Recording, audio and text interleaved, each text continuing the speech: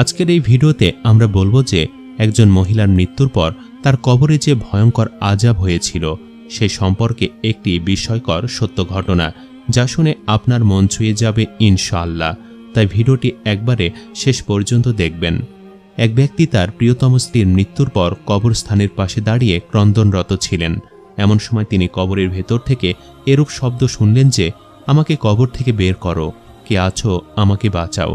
যখন সে ব্যক্তি দু একবার এই শব্দ শুনলেন, তখন লোকটি ভাবতে লাগলেন যে এত ভয়ঙ্কর ঘটনা, কেননা তিনি নিজ হাতে তার স্ত্রীকে কয়েক ঘন্টা পূর্বে দাফন করলেন। এদিকে সন্ধ্যা ঘনিয়ে আসলো। প্রচণ্ড ভয় নিয়ে লোকটি যখনই পিছন ফিরে দৌড় দিবেন, এরই মধ্যে তিনি হুঁশ হারিয়ে মাটিতে লুটিয়ে পড়ল। কিছুক্ষণ পর তিনি দেখলেন কবরের কিছুটা দূরেই একটি বস্তি রয়েছে। সেখানে লোকজন দৌড়ে আসলো। তার চিৎকার চেঁচামেচি শুনে পরবর্তীতে তারাও কবরের পাশে গিয়ে দাঁড়িয়ে সে শব্দ শুনতে পেল। পরবর্তীতে সবার বিশ্বাস হলো যে সত্যি এই আওয়াজ কবর থেকে আসছে।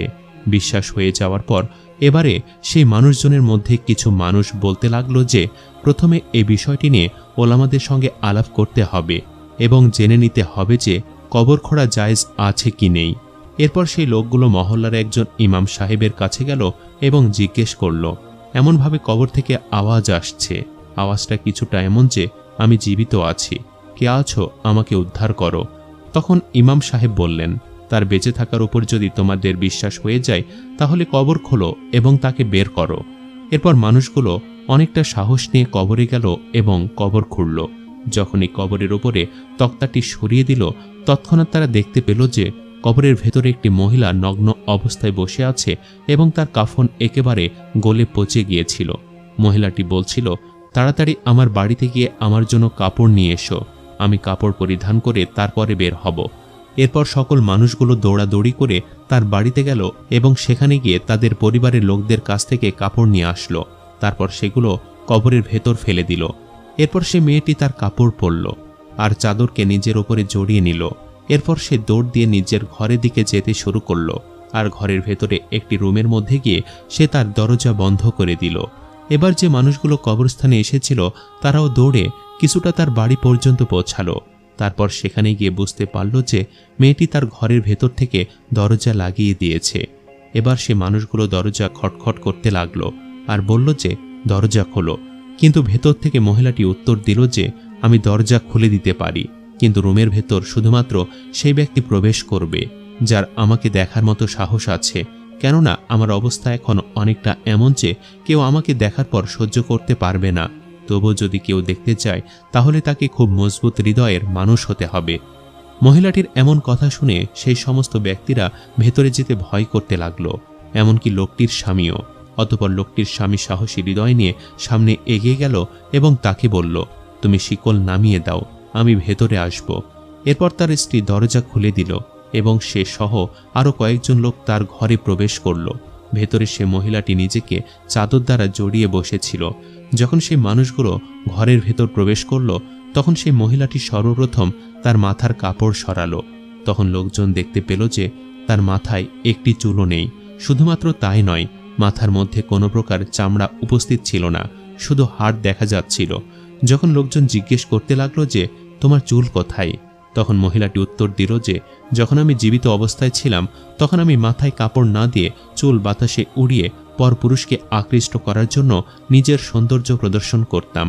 মৃত্যুর পর যখন আমাকে কবরে নিয়ে আসা হলো, তখন ফেরেশতারা আমার প্রত্যেকটি চুল উপড়ে ফেলে দিল এবং এজন্যই আমার চুলের সঙ্গে চুলের চামড়াও উঠে গেছে। এজন্য আমার মাথার মধ্যে চুল এবং চামড়ার কিছুই অবশিষ্ট নেই। এরপর সেই মহিলাটি তার চেহারা থেকে চাদর সরালো। যখন লোকজন তার চেহারার দিকে লক্ষ্য করল, তখন দেখতে পেল যে তার পুরো চেহারায় শুধুমাত্র দাঁত ছাড়া আর কিছুই দেখা যাচ্ছিল না এবং খুবই ভয়ঙ্কর দেখাচ্ছিল।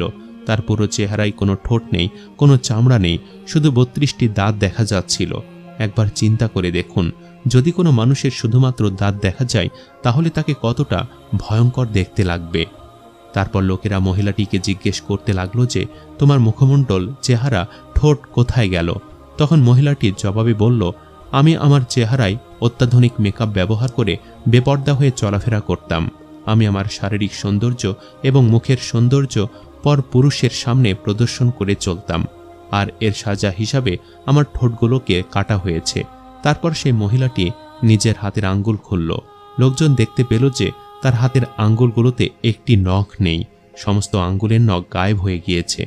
তখন তাকে জিজ্ঞেস করা হলো যে তোমার হাতের আঙ্গুলের নখগুলো কোথায় গেল? উত্তরে সেই মহিলাটি বলল, আমি নখে নীল পালিশ ব্যবহার করতাম এবং তা পরপুরুষের সামনে প্রদর্শন করতাম, তাই আমার প্রত্যেকটি নখ উপড়ে ফেলা হয়েছে, কারণ আমি এ সমস্ত কাজগুলো আমার স্বামীর জন্য নয়, বরং নিজের রূপ সৌন্দর্য গরিমাকে প্রদর্শন করে বেড়ানোর জন্যই ব্যবহার করতাম। আর এজন্যই আমার মৃত্যুর পর যখন কবরে পৌঁছে গিয়েছি, তখন পৌঁছানো মাত্রই আমার সঙ্গে সমস্ত ঘটনা ঘটতে লাগলো। আমার চুলগুলো উপড়ে ফেলা হলো, ঠোঁটগুলো কেটে ফেলা হলো এবং আমার নখগুলোকেও তুলে ফেলা হলো। এই সমস্ত কথাগুলো বলার পর সেই মহিলাটি আবার বেহুশ হয়ে পড়ে গেল এবং একটি লাশের মতো শুয়ে পড়ল। এতটুকু দেখার পর লোকটির হুঁশ ফিরে এলো এবং দেখতে পেল সকাল হয়ে গিয়েছে। কবরের পাশে শুয়ে থাকা সেই স্বামী সোজা হয়ে উঠল এবং বুঝতে পারল রাতে কবর থেকে ভয়ঙ্কর আওয়াজ শোনার পর তিনি বেহুশ হয়ে গিয়েছিলেন এবং সারা রাত কবরের পাশেই তিনি বেহুশ অবস্থায় ছিলেন এবং রাতভর তিনি স্বপ্নযোগে এই দৃশ্যগুলো দেখেছেন। পুরো ঘটনাটি তিনি সাথে সাথে মসজিদের ইমাম সাহেবকে জানালেন এবং ইমাম সাহেব বললেন, আপনি যা দেখেছেন তা মানুষের কাছে প্রকাশ করুন। নিঃসন্দেহে এটি আল্লাহর তরফ থেকে একটি বড় ধরনের সতর্ক বার্তা, সেই সকল মা বোনদের জন্য যারা লোক সম্মুখে নিজেকে প্রদর্শন করে বেড়াতে পছন্দ করে। তো বন্ধুরা, কেমন লাগলো আমাদের আজকের এই ভিডিওটি? কমেন্ট করে অবশ্যই জানাবেন। আজ তাহলে এই পর্যন্তই। আপনারা ভালো থাকবেন, সুস্থ থাকবেন। আল্লাহ হাফেজ।